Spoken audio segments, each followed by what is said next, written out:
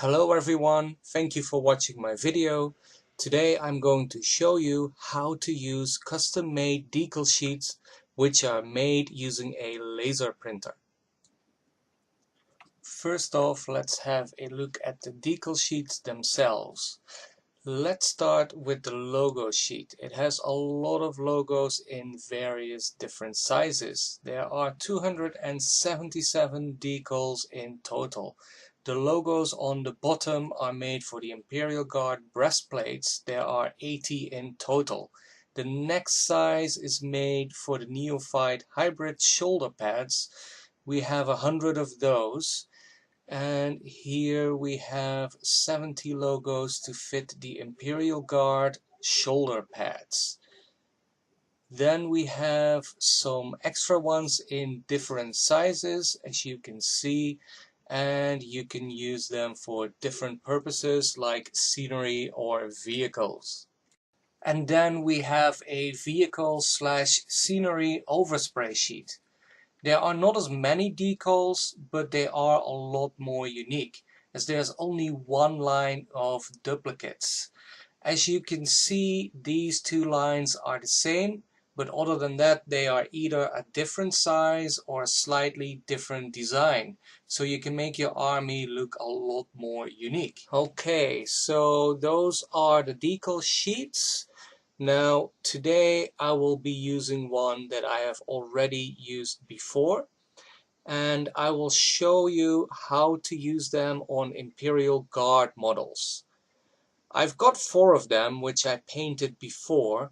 To get a better look at them, you can find them on my Instagram account under scumbag_customs. I freehanded the logos before I made these decals, which went alright and I was quite happy with the result, but it was a lot of work. So I repainted the shoulder pads to be able to use the decals for this video. I think all of you have some basic knowledge of how to use decals, so I'm not going to get into it too much. I'm just going to show you how these decals are a little bit different from the ones that are factory made.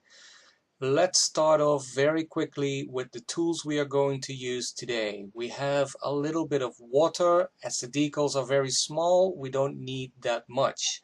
Of course, we're going to need a hobby knife, and after we apply the decals, we are going to use some acrylic varnish. I will be using this Liquitex acrylic varnish, but any kind should do. And let's not forget about a brush to apply the decals, as well as some models to apply the decals on. Okay, so before we start, let's have a look at the sheet again. So I can tell you that the biggest difference between these and factory made ones is that this whole sheet is one big decal. So before we are going to use them, you need to cut a small line as close around the image as you can get. To make this easier, first you can cut out the decal that you want to use. Once you are ready, we're going to cut as close as we can get around the image itself. You don't need to cut through completely, just make sure you get through the top layer. This will be the actual shape of the decal we are going to use. So be careful not to cut through the image, and of course be careful not to cut yourself. You can then cut a line from the middle to the outside. This will help when you use the decal on rounded surfaces like the Imperial Guard shoulder pad. Once we finished cutting out the decal, we can put it in a little bit of water. I think you know how this works, so let's fast forward to applying the decal. Before applying the decal, I like to put some water on the surface we are going to attach the decal on. I advise just using water, as stuff like microsol might damage the ink, so I recommend only using stuff like that if you know what you're doing. I used the thinnest decal paper I could find, so it might be hard to move it around sometimes. Just take your time and add more water if it's drying up and you need to still move your decal or you're not happy with the position that it's in. Okay, there you have it. I've given the decal some time to dry, so now it's time to apply our acrylic varnish. You don't need a lot, just a couple of drops, and remember to use thin layers and add multiple layers instead of overdoing it.